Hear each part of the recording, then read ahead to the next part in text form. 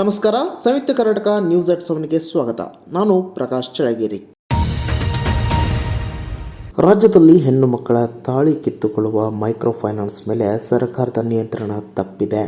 ಬಹಳಷ್ಟು ಕುಟುಂಬಗಳು ಮನೆ ಬಿಟ್ಟು ಹೋಗಿ ಆತ್ಮಹತ್ಯೆ ಮಾಡಿಕೊಳ್ಳುವಂತಹ ಪರಿಸ್ಥಿತಿ ನಿರ್ಮಾಣವಾಗಿದೆ ಎಂದು ಮಾಜಿ ಮುಖ್ಯಮಂತ್ರಿ ಹಾಗೂ ಸಂಸದ ಬಸವರಾಜ ಬೊಮ್ಮಾಯಿ ಆರೋಪಿಸಿದ್ದಾರೆ. ಹುಬ್ಬಳ್ಳಿಯಲ್ಲಿ ಮಾತನಾಡಿದ ಅವರು, ಕಾನೂನು ಇದ್ದರೂ ಕೂಡ ಸರ್ಕಾರ ಕಾನೂನಿನ ಪ್ರಯೋಗ ಮಾಡುತ್ತಿಲ್ಲ. ಯಾರಿಗೂ ಭಯ ಇಲ್ಲ. ವಸೂಲಿಗೆ ರೌಡಿಗಳನ್ನು ಬಿಟ್ಟಿದ್ದಾರೆ. ಸರ್ಕಾರ ಒಂದು ಕಡೆ ಮಹಿಳೆಯರಿಗೆ ಕಾರ್ಯಕ್ರಮ ಮಾಡುತ್ತೇನೆ ಎಂದು ಹೇಳುತ್ತದೆ, ಇನ್ನೊಂದು ಕಡೆ ಮಹಿಳೆಯರ ತಾಳಿ ಕಿತ್ತುಕೊಳ್ಳುತ್ತಿರುವಂತಹ ಮೈಕ್ರೋ ಫೈನಾನ್ಸ್ ನಿಯಂತ್ರಣ ಮಾಡಲು ಸರ್ಕಾರಕ್ಕೆ ಸಾಧ್ಯವಾಗುತ್ತಿಲ್ಲ ಎಂದು ದೂರಿದರು. ನಿಯಂತ್ರಣ ತಪ್ಪಿದೆ,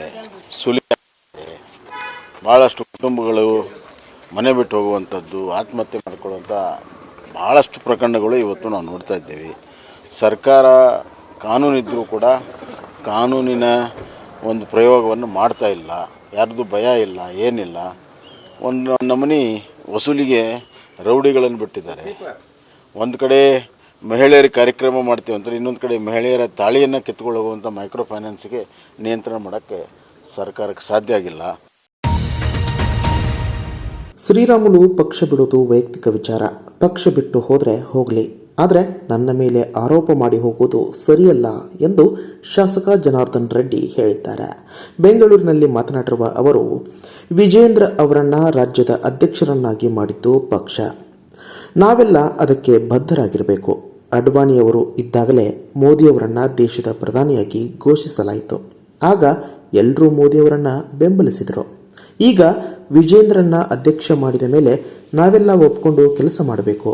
4 ಜನ ಅನಗತ್ಯವಾಗಿ ಮಾತಾಡ್ತಾರೆ ಅಂತ ರಾಮುಲು ಸಹ ಅವ್ರ ಹಾಗೆ ವಿಜೇಂದ್ರ ರೆಡ್ಡಿ ಬಗ್ಗೆ ಮಾತಾಡಿ ದೊಡ್ಡವನಾಗ್ತೀನಿ ಅಂತ ಅನ್ಕೊಂಡ್ರೆ ಅದು ದಡ್ಡತನ. ರಾಜ್ಯದಲ್ಲಿ ಕಾರ್ಯಕರ್ತರು ವಿಜೇಂದ್ರರನ್ನ ಒಪ್ಕೊಂಡಿದ್ದಾರೆ. ಶ್ರೀರಾಮುಲು ಅವರನ್ನ ಕಾಂಗ್ರೆಸ್ಗೆ ಸೇರ್ಪಡೆಗೊಳಿಸಲು ಡಿಸಿಎಂ ಡಿಕೆ ಶಿವಕುಮಾರ್ ಅವರು ಪ್ರಯತ್ನ ನಡೆಸುತ್ತಿದ್ದಾರೆ ಎಂದರು. ನೋಡಿ, ಇವತ್ತು ಪಕ್ಷ ರಾಜ್ಯಾಧ್ಯಕ್ಷರಾಗಿ ಸನ್ಮಾನ್ಯ ವಿಜೇಂದ್ರ ಅವ್ರನ್ನ ಒಂದ್ಸಲ ತೀರ್ಮಾನ ಮಾಡಿದ ಮೇಲೆ ನಾವೆಲ್ಲರೂ ಕೂಡ ಆ ರೂಟಲ್ಲಿ ನಾವು ಕೆಲಸ ಮಾಡಬೇಕು. ಅತ್ಯಂತ ಹಿರಿಯರಾದ ಲಾಲ್ ಕೃಷ್ಣ ಅದ್ವಾನಿ ಅವರು ಇದ್ದಾಗ ನರೇಂದ್ರ ಮೋದಿ ಅವ್ರನ್ನ ದೇಶದ ಪ್ರಧಾನಮಂತ್ರಿ ಅಂತ ಹೇಳಿ ಪಾರ್ಟಿ ತೀರ್ಮಾನ ಮಾಡಿದಾಗ ಅದ್ವಾನಿ ಅವರು ಸೇರಿ ಎಲ್ಲರೂ ಕೆಲಸ ಮಾಡಿದ್ರು ಮೋದಿ ಅವ್ರಿಗೋಸ್ಕರ. ಅದೇ ಒಂದು ರೀತಿಯಲ್ಲಿ ಇವತ್ತು ಕರ್ನಾಟಕದಲ್ಲಿ ಇವತ್ತು ಭಾರತೀಯ ಜನತಾ ಪಕ್ಷ ಒಂದು ತೀರ್ಮಾನ ತಗೊಂಡಿದೆ. ಅನಗತ್ಯವಾಗಿ ವಿಜೇಂದ್ರ ಅವ್ರನ್ನ ಒಂದು 5-6 ಮಂದಿ ಏನೋ ಮಾತಾಡ್ತಾ ಇದ್ರೆ, ಶ್ರೀರಾಮುಲು ಕೂಡ ಅವ್ರ ಜೊತೆಯಲ್ಲಿ ಸೇರಿ ವಿಜೇಂದ್ರ ಅವ್ರ ಬಗ್ಗೆ ಮಾತಾಡಿದ್ರೆ, ಜನಾರ್ದನ್ ರೆಡ್ಡಿ ಬಗ್ಗೆ ಮಾತಾಡಿದ್ರೆ, ನಾನು ಬಹಳ ದೊಡ್ಡವನಾಗ್ಬಿಡ್ತೀನಿ ಅಂತ ಅನ್ಕೊಂಡ್ರೆ ಅದು ದಡ್ಡತನ. ಹಾಗಾಗಿ ಯಾಕಂದ್ರೆ ಇಡೀ ಕರ್ನಾಟಕ ರಾಜ್ಯದಲ್ಲಿ ಮತದಾರರಾಗಿರ್ಬೋದು, ಕಾರ್ಯಕರ್ತರಾಗಿರ್ಬೋದು, ಪಕ್ಷದ ನಾಯಕರುಗಳಾಗಿರ್ಬೋದು ವಿಜೇಂದ್ರ ಅವ್ರನ್ನ ಒಪ್ಪಿ ಇವತ್ತು ಅವ್ರನ್ನ ಅಧ್ಯಕ್ಷ ಸ್ಥಾನಕ್ಕೆ ಕೊಟ್ಟಿದ್ದಾರೆ. ಒಂದು 5-6 ಮಂದಿಗೆ ಅಸಮಾಧಾನ ಇದ್ರೆ ಅದರಲ್ಲಿ ನೀನ್ ಕೂಡ ಹೋಗಿ ಸೇರ್ಕೊಂಡ್ಬಿಟ್ಟು ಹೋಗ್ತಾ ಹೋಗ್ತಾ ಮತ್ತೆ ನನ್ನ ಮೇಲೆ ವಿಜೇಂದ್ರ ಅವ್ರ ಮೇಲೆ ಇನ್ನು ಈ ಕೇಂದ್ರ ನಾಯಕರುಗಳ ಮೇಲೆ ಏನೋ ನೀನು ಮಾತಾಡಿ ಹೋಗ್ಬೇಕು ಅನ್ನೋದು ಬಹಳ ತಪ್ಪು. ನನ್ನನ್ನು ಯಾರೂ ಭೇಟಿ ಮಾಡಿಲ್ಲ. ಬಿಜೆಪಿ ಪಕ್ಷದ ಆಂತರಿಕ ಸಂಘರ್ಷವೇ ಹೊರತು ಅದಕ್ಕೂ ನನಗೂ ಯಾವ ಸಂಬಂಧವೂ ಇಲ್ಲ ಎಂದು ಡಿಕೆ ಶಿವಕುಮಾರ್ ಸ್ಪಷ್ಟಪಡಿಸಿದ್ದಾರೆ. ಸತೀಶ್ ಜಾರಕಿಹೊಳಿ ಅವರನ್ನು ಮಣಿಸಲು ಶ್ರೀರಾಮುಲು ಅವರನ್ನು ಕಾಂಗ್ರೆಸ್ಗೆ ಸೆಳೆಯುತ್ತಿದ್ದಾರೆ ಎಂಬ ಜನಾರ್ದನ್ ರೆಡ್ಡಿ ಹೇಳಿಕೆಗೆ ಡಿಸಿಎಂ ಡಿಕೆ ಶಿವಕುಮಾರ್ ಸ್ಪಷ್ಟನೆ ನೀಡಿದರು. ಅರಮನೆ ಆವರಣದಲ್ಲಿ ಮಾತನಾಡಿರುವ ಅವರು, ಶ್ರೀರಾಮುಲು ಅವರನ್ನ ಅವರೇ ಕಾಂಗ್ರೆಸ್ ಪಕ್ಷಕ್ಕೆ ಕಳುಹಿಸಬೇಕು ಎಂದು ಪ್ರಯತ್ನಿಸುತ್ತಿರಬೇಕು ಎಂದರು. ಯಾರು ಭೇಟಿ ಮಾಡಿಲ್ಲ, ಸುಳ್ಳು. ಅವರ ಇಂಟರ್ನಲ್ ಪಾರ್ಟಿ ಪ್ರಾಬ್ಲಮೇ ಹೊರತು ನನಗೂ ಅದಕ್ಕೂ ಸಂಬಂಧ ಇಲ್ಲ. ನನ್ನ ಹತ್ರ ಪಾಪ ಅವ್ರು ಯಾರು ಭೇಟಿನೂ ಮಾಡಿಲ್ಲ. ಅವರ ಇಂಟರ್ನಲ್ ಜಗಳ ಏನೇನೋ ಅವರೇ ಬಹುಶಃ ಪಾರ್ಟಿ ಕಳಿಸ್ಬೇಕು ಅಂತ ಪ್ರಯತ್ನ ಮಾಡ್ತಾ ಇದ್ದಾರೆ. ಬಿಜೆಪಿ ಪಕ್ಷ ಬಿಡುವ ಯಾವುದೇ ಆಲೋಚನೆ ನನಗೆ ಇಲ್ಲ. ಬಿಜೆಪಿ ಪಕ್ಷವು ನನಗೆ ದಶಕಗಳವರೆಗೆ ಎಲ್ಲವನ್ನೂ ಕೊಟ್ಟು ಬೆಳೆಸಿದೆ. ಬಿಜೆಪಿ ನನ್ನ ತಾಯಿ ಇದ್ದಂತೆ. ಅಷ್ಟು ಬೇಗ ನಾನು ತಾಯಿ ಮಗನ ಸಂಬಂಧವನ್ನು ಕಳೆದುಕೊಳ್ಳಲು ಇಷ್ಟಪಡುವುದಿಲ್ಲ ಎಂದು ಮಾಜಿ ಸಚಿವ ಬಿ ಶ್ರೀರಾಮುಲು ಬಿಜೆಪಿ ಪಕ್ಷ ತೊರೆಯುವ ವದಂತಿಗೆ ತೆರೆ ಎಳೆದಿದ್ದಾರೆ. ಬಳ್ಳಾರಿಯಲ್ಲಿ ಮಾಧ್ಯಮದವರೊಂದಿಗೆ ಮಾತನಾಡಿದ ಅವರು, ಜನಾರ್ದನ್ ರೆಡ್ಡಿ ನನ್ನಿಂದಲೇ ಶ್ರೀರಾಮುಲು ಬೆಳೆದಿತ್ತು ಎಂದು ಹೇಳಿಕೆ ನೀಡಿರುವುದು ಸರಿಯಲ್ಲ. ಜನಾರ್ದನ್ ರೆಡ್ಡಿ ನನ್ನ ಬಗ್ಗೆ ಮಾತನಾಡಿದರೆ ನಾನು ಕೂಡ ಮಾತನಾಡಬೇಕಾಗುತ್ತದೆ. ಒಬ್ಬ ಸಾಮಾನ್ಯನಾಗಿದ್ದ ನನ್ನನ್ನು ಬಿಜೆಪಿ ಪಕ್ಷ ಗುರುತಿಸಿ ಬೆಳೆಸಿದೆ. ನಾನು ಈ ಮಟ್ಟಕ್ಕೆ ನನ್ನ ಸ್ವಂತ ಬಲದಿಂದ ಬೆಳೆದಿದ್ದೇನೆ. ನನ್ನ ಬೆನ್ನಿಗೆ ಕಾರ್ಯಕರ್ತರ ಪಡೆ ಇದೆ. ಜನಾರ್ದನ್ ರೆಡ್ಡಿ ಸುಳ್ಳಿನ ಮೇಲೆ ಕೋಟೆ ಕಟ್ಟಲು ಹೊರಟಿದ್ದಾರೆ ಎಂದು ತಿರುಗೇಟು ನೀಡಿದರು. ಜೀವನದಲ್ಲಿ ಯಾವತ್ತೂ ಕೂಡ ಪಾರ್ಟಿ ಅಂದ ತಕ್ಷಣ ತಾಯಿ ಇದ್ದಂತೆ. ಯಾವತ್ತೂ ಕೂಡ ರಾಜಕಾರಣದಲ್ಲಿ ಕೆಲವೊಂದು ಸಂದರ್ಭದಲ್ಲಿ ಯಾವತ್ತೂ ಕೂಡ ತಾಯಿಗೆ ದ್ರೋಹ ಮಾಡೋಂಥ ಕೆಲಸ ನಾವು ಮಾಡೋಕ್ಕೆ ಹೋಗಲ್ಲ. ಯಾವತ್ತೂ ಕೂಡ ಸುಳ್ಳು ಅನ್ನೋಂಥದ್ದು, ಈ ಸುಳ್ಳು ಅನ್ನೋಂಥದ್ದು ಬಲಾಢ್ರ ಕೈಯಲ್ಲಿ ಏನಿರುತ್ತನೋ ಆ ಸುಳ್ಳು ಅನ್ನೋಂಥದ್ದು ಆ ಬಲಾಢ್ರ ಕೈ ಇದ್ದಂಥ ಟೈಮಲ್ಲಿ ಅದು ಸತ್ಯ ಆಗುತ್ತೆ. ನಾನು ಮತ್ತೆ ಪಾರ್ಟಿಯ ಹೈಕಮಾಂಡ್ ನಾಯಕರು ಯಾರ್ಯಾರು ತಿಳಿಸ್ಬೇಕಾಯ್ತು, ನಾನು ಯಾರ್ಯಾರು ಕಮ್ಯುನಿಕೇಷನ್ದಲ್ಲಿ ಬಂದಾರೋ ಆ ಕಮ್ಯುನಿಕೇಷನ್ ಬಂದಂಥವ್ರು ಎಲ್ಲರೂ ಕೂಡ ನಾನು ತಿಳಿಸೋಂಥ ಕೆಲಸ ಕೂಡ ನಾನು ಮಾಡಿದ್ದೀನಿ. ಅದಕ್ಕೋಸ್ಕರವಾಗಿ ನನ್ನ ರಾಜಕೀಯ ಜೀವನದ ಬಗ್ಗೆ ರಾಜ್ಯದಲ್ಲಿ ಉದ್ದಗಲಕ್ಕೆ ಕೂಡ ಪಾರ್ಟಿ ಸಂಘಟನೆ ವಿಚಾರ ಬಂದಂಥ ಟೈಮಲ್ಲಿ 2019 ಹಿಡ್ಕೊಂಡು 2008, 2009 ಸುಷ್ಮಾ ಸ್ವರಾಜ್ ಅವರು ಇಲ್ಲಿ ನಿಂತಂಥ ಟೈಮಲ್ಲಿ ಕೂಡ 9ರಲ್ಲಿ ನಿಂತಂಥ ಟೈಮಲ್ಲಿ ಕೂಡ ಭಾಳ ಕಷ್ಟಪಟ್ಟಿದ್ದೀನಿ. ಮೂಡಾ ಹಗರಣದಲ್ಲಿ ಜಾರಿ ನಿರ್ದೇಶನಾಲಯ ಆಸ್ತಿಗಳನ್ನು ವಶಪಡಿಸಿಕೊಂಡಿದ್ದರೂ ಲೋಕಾಯುಕ್ತ ಪೊಲೀಸರು ಯಾವುದೇ ಕ್ರಮ ಕೈಗೊಂಡಿಲ್ಲ. ಈ ಪ್ರಕರಣ ಮುಚ್ಚಿ ಹಾಕಲು ಲೋಕಾಯುಕ್ತ ಪೊಲೀಸರು ಪ್ರಯತ್ನ ಮಾಡುತ್ತಿದ್ದಾರೆ ಎಂದು ಪ್ರತಿಪಕ್ಷ ನಾಯಕ ಆರ್ ಅಶೋಕ್ ಆಕ್ರೋಶ ವ್ಯಕ್ತಪಡಿಸಿದರು.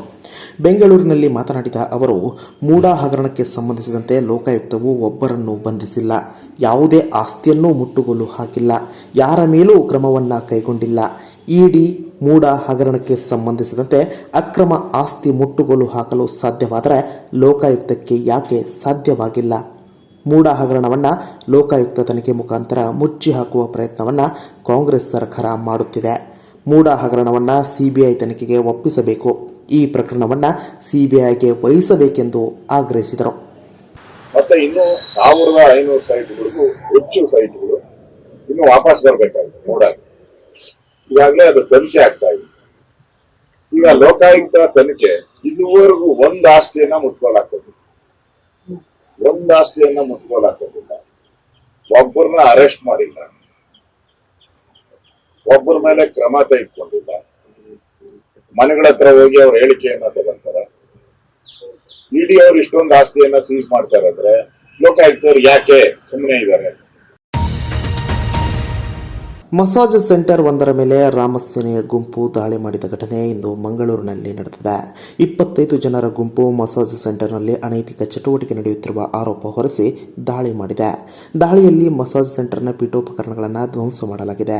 ಮಂಗಳೂರಿನ ಕೆಎಸ್ಆರ್ಟಿಸಿ ಬಸ್ ನಿಲ್ದಾಣ ಬಳಿ ಇರುವ ಕಲರ್ಸ್ ಮಸಾಜ್ ಸೆಂಟರ್ ಮೇಲೆ ರಾಮಸೇನೆ ಕಾರ್ಯಕರ್ತರು ದಾಳಿ ಮಾಡಿದ್ದಾರೆ.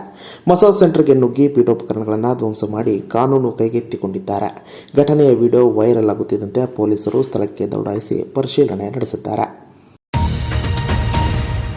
ಇನ್ನು ಗೃಹ ಸಚಿವ ಡಾಕ್ಟರ್ ಜಿ ಪರಮೇಶ್ವರ್ ಅವರು ಉಡುಪಿಯಲ್ಲಿ ಇರುವಾಗಲೇ ಈ ದಾಳಿ ನಡೆದಿದ್ದು, ಘಟನೆಯ ಕುರಿತು ಸುದ್ದಿಗಾರರ ಜೊತೆ ಮಾತನಾಡಿದ ಅವರು, ಇದನ್ನು ಯಾವ ಉದ್ದೇಶಕ್ಕಾಗಿ ಮಾಡಿದ್ದಾರೆ ಗೊತ್ತಿಲ್ಲ.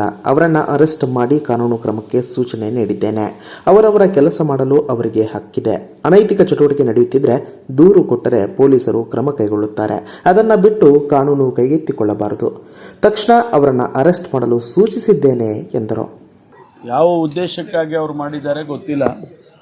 ಅವ್ರನ್ನ ಇಮಿಡಿಯೇಟಾಗಿ ಅರೆಸ್ಟ್ ಮಾಡಿ ಅವ್ರ ಮೇಲೆ ಕಾನೂನು ಪ್ರಕಾರ ಕ್ರಮ ತಗೊಳ್ಳಿ ಅಂತೇಳಿ ಸೂಚನೆ ಕೊಟ್ಟಿದ್ದೇನೆ. ಏಕೆಂದರೆ ಇಂಥದ್ದೆಲ್ಲ ನಡಿಬಾರ್ದು. ಅವರವರು ವ್ಯಾಪಾರ ಮಾಡ್ಕೊಳ್ಳೋದಕ್ಕೆ, ಅವರವರು ಕೆಲಸ ಮಾಡೋದಕ್ಕೆ ಅವರಿಗೆ ಹಕ್ಕಿದೆ. ಅದರಲ್ಲಿ ನಾವು ಕಾನೂನನ್ನು ಕೈಗೆತ್ತಿಕೊಳ್ಬಾರ್ದು ಯಾರೂ ಕೂಡ. ಒಂದು ವೇಳೆ ಅವರು ಯಾರು ಅಂಥೇಳಿ ನಾವು ಈಗ ಐಡೆಂಟಿಫೈ ಮಾಡ್ತೀವಿ ಮತ್ತು ಅವ್ರ ಮೇಲೆ ಏನು ಕ್ರಮ ತಗೋಬೇಕೋ ಪೊಲೀಸ್ನವ್ರು ತಗೊಳ್ತಾರೆ. ನಾವೇ ಕಾನೂನು ಕೈಗೆತ್ಕೊಳ್ಳೋದು ಸರಿ ಇಲ್ಲ. ಕಂಪ್ಲೇಂಟ್ ಕೊಟ್ಟರೆ ಪೊಲೀಸ್ನವರು ಅದಕ್ಕೆ ಏನು ಕ್ರಮ ಮಾಡಬೇಕು ಅದನ್ನು ಮಾಡ್ತಾರೆ. ವೆದರ್ ಇಟ್ ಈಸ್ ಕಾರ್ಪೊರೇಷನ್ ಅವರು ಟ್ರೇಡ್ ಲೈಸೆನ್ಸ್ ಕೊಟ್ಟಿರ್ತಾರೆ, ಅವರು ಯಾವ ರೀತಿ ಕಂಡೀಷನ್ಸಲ್ಲಿ ಹಾಕಿಕೊಟ್ಟಿರ್ತಾರೆ ಅದರ ಚೌಕಟ್ಟಿನಲ್ಲೇ ಇರಬೇಕು. ಅದನ್ನು ಹೊರತುಪಡಿಸಿ ಮಾಡೋದಾದರೆ ಕ್ರಮ ತಗೊಳ್ತಾರೆ. ಮಸಾಜ್ ಸೆಂಟರ್ ಮೇಲೆ ದಾಳಿ ಪ್ರಕರಣದ ಹಿನ್ನೆಲೆಯಲ್ಲಿ ರಾಮಸೇನೆ ಸಂಘಟನೆಯ ಸಂಸ್ಥಾಪಕ ಪ್ರಸಾದ್ ಅತ್ತಾವರ್ ಅವರನ್ನು ಸಿಸಿಬಿ ಪೊಲೀಸರು ಅವರ ಮನೆಯಿಂದಲೇ ವಶಕ್ಕೆ ಪಡೆದಿದ್ದಾರೆ. ಘಟನೆ ನಡೆದು 2-3 ಗಂಟೆಗಳಲ್ಲೇ ಮಂಗಳೂರಿನ ಕುಡುಪು ಬಳಿಯ ಪ್ರಸಾದ್ ಅತ್ತಾವರ್ ನಿವಾಸಕ್ಕೆ ತೆರಳಿದ ಸಿಸಿಬಿ ಪೊಲೀಸರು ಪ್ರಸಾದ್ ಮಾಧ್ಯಮಗಳಿಗೆ ಹೇಳಿಕೆ ನೀಡುತ್ತಿರುವಾಗಲೇ ವಶಕ್ಕೆ ಪಡೆದಿದ್ದಾರೆ. ನಾನು ಕಾನೂನು ರೀತಿಯಲ್ಲಿ ಹೋರಾಟ ಮಾಡುತ್ತೇನೆ. ಮಸಾಜ್ ಸೆಂಟರ್ನಲ್ಲಿ ವೈಶ್ಯಾವಾಟಿಕೆ ನಡೆಯುತ್ತಿತ್ತು. ಸುಮ್ಮನೆ ಯಾರೂ ದಾಳಿ ಮಾಡಲ್ಲ ಎಂದು ಪ್ರಸಾದ್ ಅತ್ತಾವರ್ ಮಾಧ್ಯಮದ ಎದುರು ಹೇಳುತ್ತಿರುವಾಗಲೇ ವಶಕ್ಕೆ ಪಡೆದಿದ್ದಾರೆ. ಇನ್ನು ಈ ಪ್ರಕರಣಕ್ಕೆ ಸಂಬಂಧಿಸಿದಂತೆ ಅತ್ತಾವರ್ ಸೇರಿದಂತೆ ಒಟ್ಟು 14 ಜನರನ್ನ ಪೊಲೀಸರು ವಶಕ್ಕೆ ಪಡೆದಿದ್ದಾರೆ. ಇಲ್ಲಿ ಅಲ್ಲಿ ವೇಷವಾಟಿಕೆ ನಡೀತಾ ಇತ್ತು. ಇಲ್ಲಿ ಸುಮ್ಮನೆ ಯಾರು ದಾಳಿ ಮಾಡಲ್ಲ.